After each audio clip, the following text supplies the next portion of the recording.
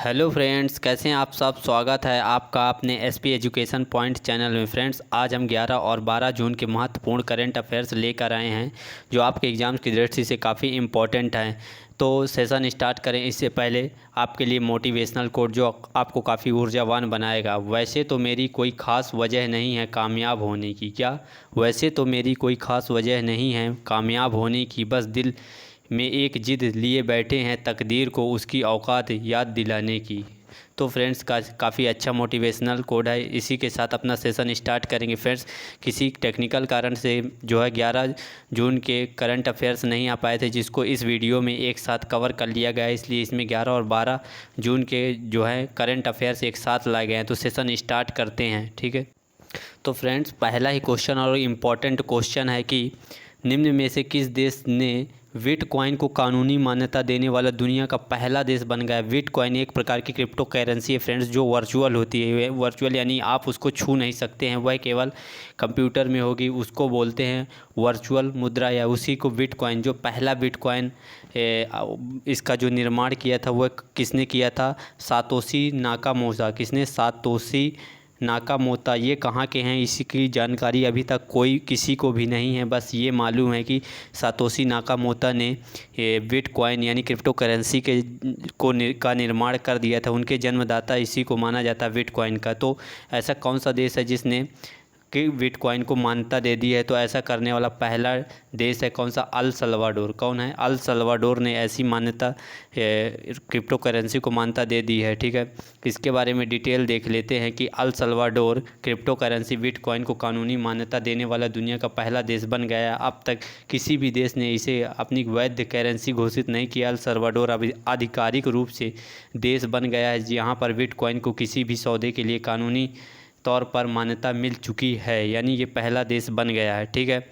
और फिर next question पर चलते हैं और इम्पोर्टेंट क्वेश्चन है कि किस राज्य सरकार ने हाल ही में मुख्यमंत्री किसान मित्र ऊर्जा योजना, कौन सी मुख्यमंत्री किसान मिर्जा ऊर्जा योजना, कौन सी मुख्यमंत्री किसान मित्र ऊर्जा योजना का प्रारूप को मंजूरी दे दी है? तो वह कौन सा राज्य है? तो राजस्थान ने इस योजना को मंजूरी दे दी है। डिटेल देख लेते हैं कि राजस्थान सरकार ने हाल ही में मुख्यमंत्री किसान मित्र ऊर्जा योजना के प्रारूप को मंजूरी दे दी है। इस योजना के तहत जो कृषि उपभोक्ता हैं उनको, यानी कि जो किसान हैं और उनका जो मीटर लगा है, कृषि मीटर होता है, उसके लिए 1,000 रुपये प्रति महीने की सब्सिडी दी जाएगी। कितने? 1,000 रुपये की प्रति महीने की सब्सिडी दी जाएगी और अधिकतम एक वर्ष में 12,000 रुपये की सब्सिडी किसानों को दी जाएगी बिजली बिल के रूप में, ठीक है। और इसके लिए सरकार पर 1450 करोड़ रुपए का जो है वित्तीय भार आएगा।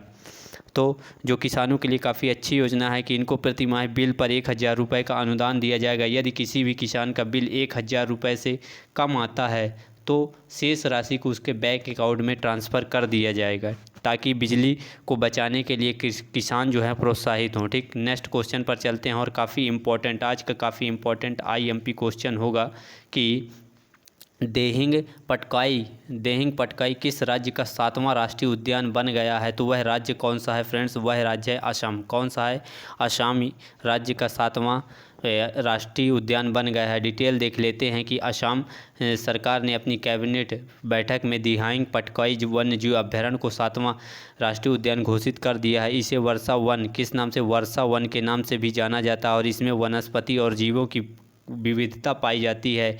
इसे वन्य जीव अभ्यारण्य के रूप में 2004 में मान्यता दी गई थी और इसका कुल जो क्षेत्रफल है वह 111.19 वर्ग किलोमीटर है, ठीक है। इसके अन्य जो 6 राष्ट्रीय उद्यान है फ्रेंड्स, असम में अभी 2 या 3 दिन पहले ही रायनोमा नेशनल पार्क को मान्यता दी गई थी, यानी इसको नया नेशनल पार्क घोषित किया गया था और इसके 2 या 3 दिन बाद पुनः एक नया जो है राष्ट्रीय उद्यान घोषित कर दिया गया है। तो इसके अन्य जो 6 राष्ट्रीय उद्यान है उसके बारे में देख लेते हैं कि अन्य कौन से मानस राष्ट्रीय उद्यान है, ओरांग नेशनल पार्क है, नामेरी नेशनल पार्क है, काजीरंगा है, डिब्रू साइखोवा नेशनल पार्क है और रायमोना नेशनल पार्क है। ये 6 नेशनल पार्क और 7वां जो है यह देहांग पटकाई नेशनल पार्क बन चुका है, ठीक। तो ये जो है आप ज़रूर याद रख लें ठीक है। और यहाँ के जो असम के अभी नए मुख्यमंत्री बने हैं उनका नाम है हेमंत बिस्वा शर्मा। कौन है? हेमंत बिस्वा शर्मा अभी यहाँ के नए मुख्यमंत्री बने हुए हैं, ठीक। नेक्स्ट क्वेश्चन पर चलते हैं और इम्पोर्टेंट क्वेश्चन ये जो है युद्ध अभ्यासों में वेरी इंपॉर्टेंट क्वेश्चन होगा कि अंडमान सागर में कॉर्पेट, कौन सा कॉर्पेट अभ्यास किन दो देशों के मध्य हुआ है? तो अंडमान सागर में यह भारत और इंडोनेशिया, किसके? भारत और इंडोनेशिया के मध्य में कॉर्पेट युद्ध अभ्यास हुआ है, ठीक है। डिटेल देख लेते हैं कि जो है भारत, सॉरी फ्रेंड्स एक मिनट फ्रेंड्स, यहाँ पर जो है टाइपिंग मिस्टेक हुई है। यहाँ पर इंडोनेशिया नहीं, यहाँ पर क्या होगा? थाईलैंड। क्या होगा? एक मिनट, यहाँ पर क्या होगा? थाईलैंड, क्योंकि यह जो कॉर्पेट युद्ध अभ्यास हुआ है वह भारत और थाईलैंड, किसके? भारत और थाईलैंड के बीच में हुआ है। आप इसको ज़रूर सुधार लें और ध्यान रखें, ठीक है। तो किसके किसके बीच में हुआ? भारत और थाईलैंड के बीच में कॉर्पेट युद्ध अभ्यास हुआ है। इसकी डिटेल देख लेते हैं कि भारत और थाईलैंड समन्वित गश्ती जो है इंडो थाई कॉर्पेट अभ्यास का 31वां संस्करण है। कौन सा? 31वां संस्करण है और 9 जून 2021 को किया गया। यह 3 दिवसीय गश्ती अभ्यास भारतीय नौसेना और रॉयल थाई नौसेना के बीच में आयोजित हुआ है। भारत और थाईलैंड के बीच में हुआ। इस अभ्यास की ओर से स्वदेशी नौसेना आपतटी मतलब भारत की ओर से INS सरयू ने भाग लिया और थाईलैंड की ओर से HTMS क्रॉवी ने भाग लिया। कॉर्पेट अभ्यास दोनों सेनाओं के बीच में 2005 से 2 वर्ष की और उसकी अंतर्राष्ट्रीय समुद्री सीमा के साथ आयोजित किया जाता है, ठीक है। थाईलैंड के बारे में देख लेते हैं। यहाँ की जो राजधानी है वो बैंकॉक है और मुद्रा इसकी जो है थाई बहत है। कौन सी? थाई बहत इसकी मुद्रा है थाईलैंड की, ठीक है।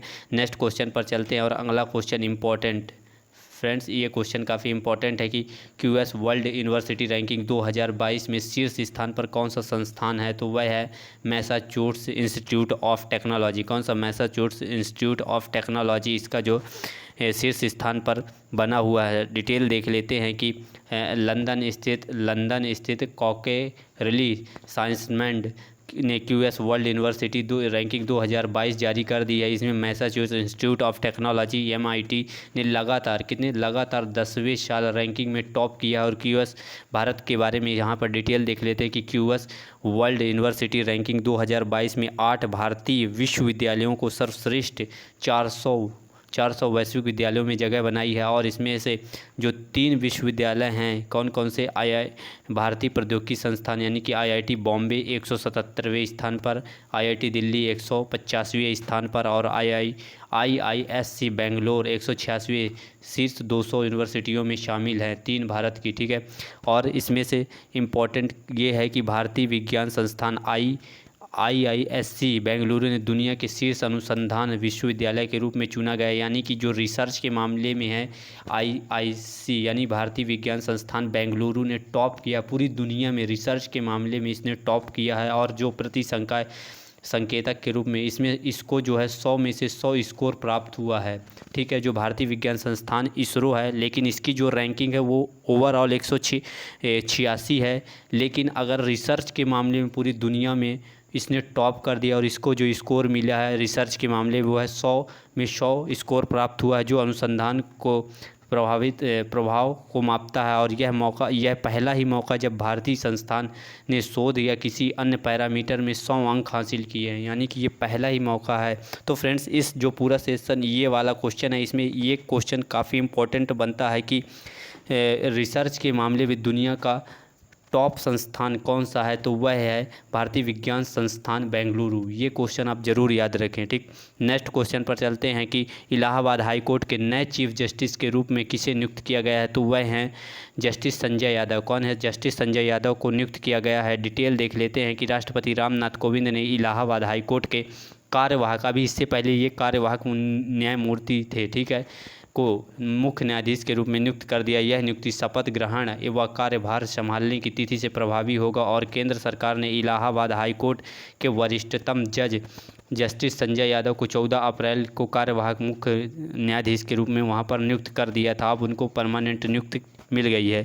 Justice Yadav Madhya Pradesh high court के वकील के रूप में अपने करियर की इन्होंने शुरुआत की थी। कहाँ से? मध्य प्रदेश के, ठीक। नेक्स्ट क्वेश्चन पर चलते हैं और इम्पोर्टेंट क्वेश्चन है कि इंग्लैंड में से इंग्लैंड के कौन से बॉलर ने एलिस्टर कुक के रिकॉर्ड को तोड़ करके देश के सबसे ज़्यादा मैच खेलने का नया रिकॉर्ड बना दिया है? तो वह कौन है? James Anderson. कौन है? जेम्स एंडरसन ने इनका रिकॉर्ड तोड़ दिया है। डिटेल देख लेते हैं कि न्यूजीलैंड के खिलाफ दूसरे मुकाबले में उतरते ही जेम्स एंडरसन इंग्लैंड की ओर से सबसे ज़्यादा टेस्ट खेलने वाले खिलाड़ी बन गए हैं इंग्लैंड की ओर से, ठीक है। और उन्होंने पूर्व सलामी बल्लेबाज एलिस्टर कुक का रिकॉर्ड तोड़ा है, जिन्होंने 2006 से 18 के बीच में 161 अंतर्राष्ट्रीय टेस्ट मैचों में इंग्लैंड का प्रतिनिधित्व किया था, ठीक है। एंडरसन ने 18 साल पहले 2003 में लॉर्ड्स में जिम्बाब्वे के खिलाफ खेले गए टेस्ट मैच में अपने टेस्ट कैरियर की उन्होंने शुरुआत की थी, ठीक। नेक्स्ट क्वेश्चन पर चलते हैं और ये भी काफ़ी इम्पॉर्टेंट क्वेश्चन होगा, IMP आप इसको नोट कर सकते हैं कि किस राज्य सरकार ने असंगठित क्षेत्रों के श्रमिकों के लिए ई निर्माण पोर्टल एवं मोबाइल ऐप लॉन्च किया है? ई निर्माण पोर्टल और मोबाइल ऐप लॉन्च किया है, तो वह राज्य है गुजरात। कौन सा है? गुजरात। इसकी डिटेल देख लेते हैं कि गुजरात सरकार ने हाल ही में असंगठित क्षेत्र के मजदूरों के ऑनलाइन पंजीकरण के लिए एक वेब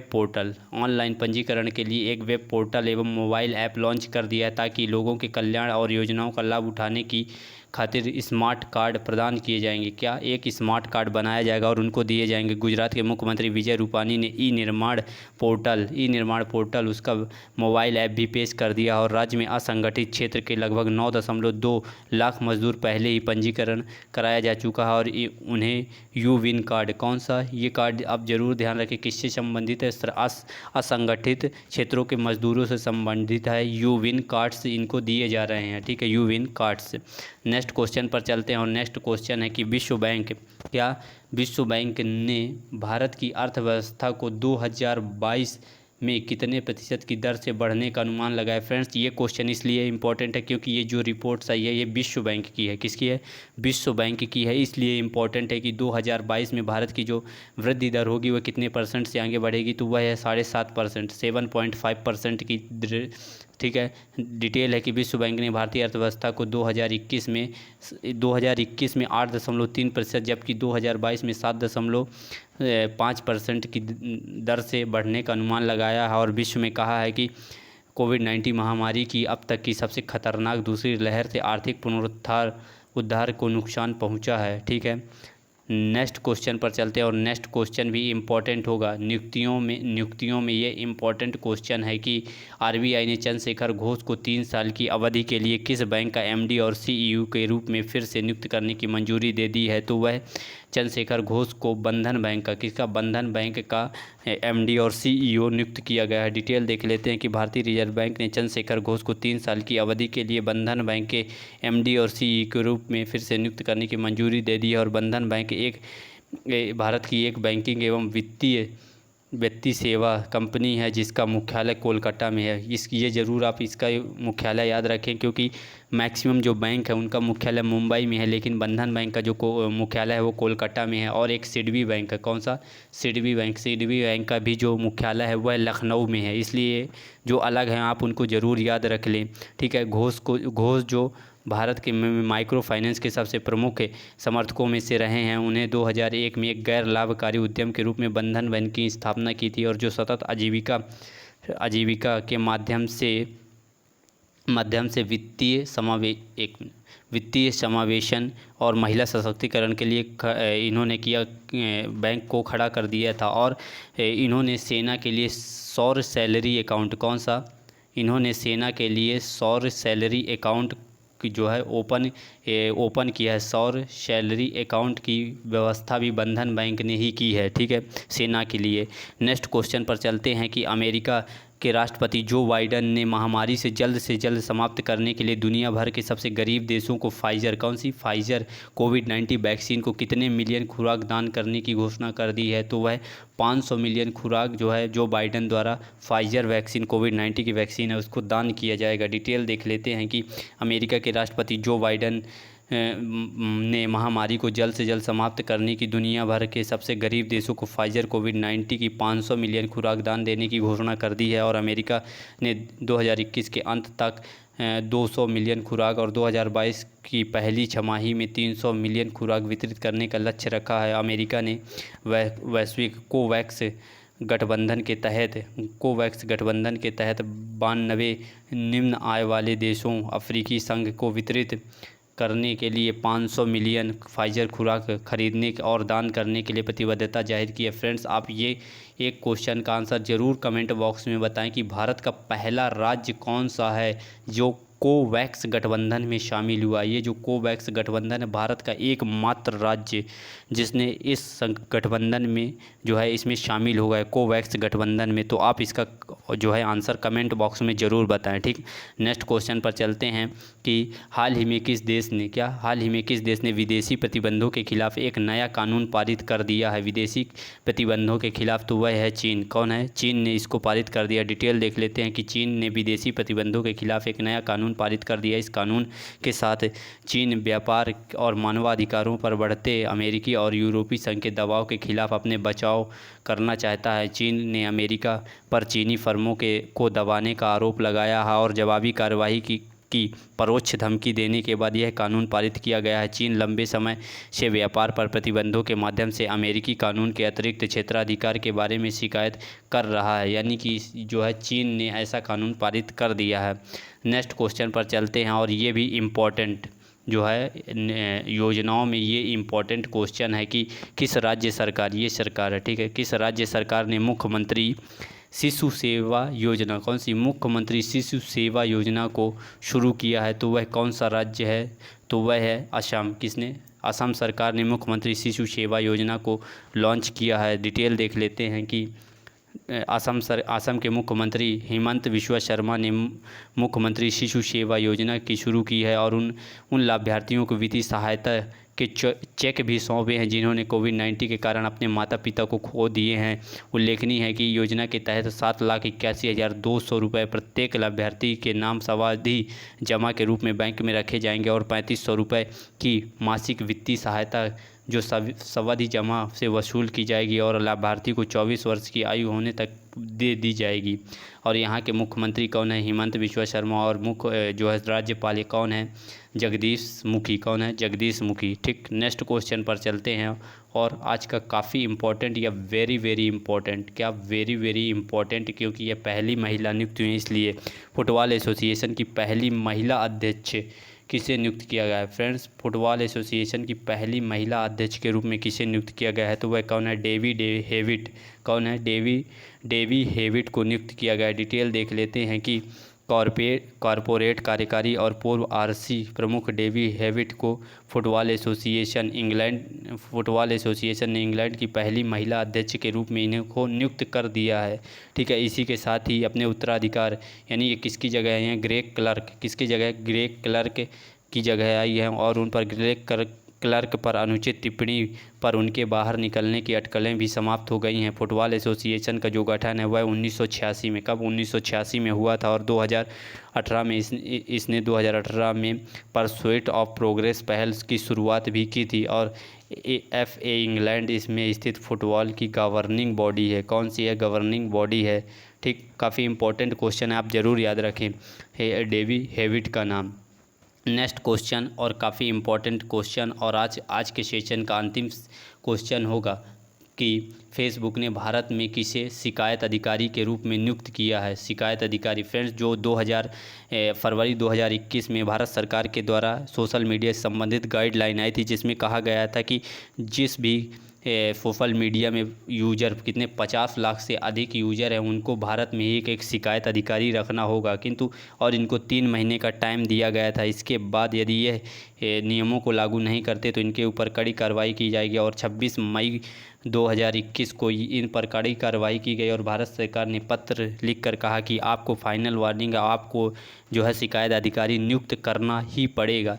तो इन्होंने फिर जो है अपने शिकायत अधिकारी को इनको नियुक्त किया, यानी भारत सरकार के दबाव के बाद यह हुआ है। तो फेसबुक ने अभी किसकी नियुक्ति की है शिकायत अधिकारी के रूप में, तो वह स्फूर्ति प्रिया। कौन है? स्फूर्ति प्रिया को नियुक्त किया है। डिटेल देख लेते हैं कि फेसबुक ने अपने शिकायत अधिकारी के रूप में स्फूर्ति प्रिया को नियुक्त किया है। और यह कदम पिछले महीने लागू होने वाले नए सूचना प्रौद्योगिकी मध्यवर्ती दिशा निर्देश और डिजिटल मीडिया आचार संहिता नियम 2021 की वजह से लिया गया। भारत सरकार के दिशा निर्देशों के अनुसार 50 लाख से अधिक उपयोगकर्ताओं वाली सोशल मीडिया कंपनी को एक शिकायत अधिकारी, नोडल अधिकारी के रूप में मुख्य अनुपालन अधिकारी और भारत में नियुक्त करना होगा। कहाँ? भारत में ही नियुक्त करना होगा। शिकायत अधिकारी को 24 घंटे के भीतर शिकायत को स्वीकार करना होगा और 15 दिन के भीतर उसे हल करना होगा।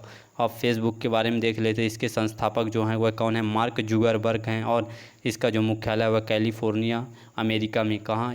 अमेरिका में, कैलिफोर्निया, अमेरिका में स्थित है। तो फ्रेंड्स, आज का जो सेशन था यहीं समाप्त करेंगे। जितने भी महत्वपूर्ण क्वेश्चन थे वह मेरे द्वारा लाए गए हैं। और फ्रेंड्स, जो 11 जून की क्लास कुछ टेक्निकल कारण से नहीं आ पाई थी, उसको इसी में जितने इम्पोर्टेंट क्वेश्चन थे इसी में समेट दिया गया, ताकि आपका किसी भी प्रकार से नुकसान ना होने पाए। ठीक है, तो आप ये वीडियो आपको कैसा लगा, और जो भी क्वेश्चन आपको पूछे गए हैं वो कमेंट बॉक्स में उनका आंसर आप ज़रूर दिया करें, ताकि आपका भी रिवीजन होता रहता है। ठीक, तो आप जो है इस वीडियो को ज़रूर अपने फ्रेंड्स के साथ शेयर कर दें, वीडियो को लाइक करें। यदि चैनल पर नए हैं तो आप इसको सब्सक्राइब ज़रूर कर लें। ठीक है, तो मिलते हैं अपने नेक्स्ट सेशन में। Thank you.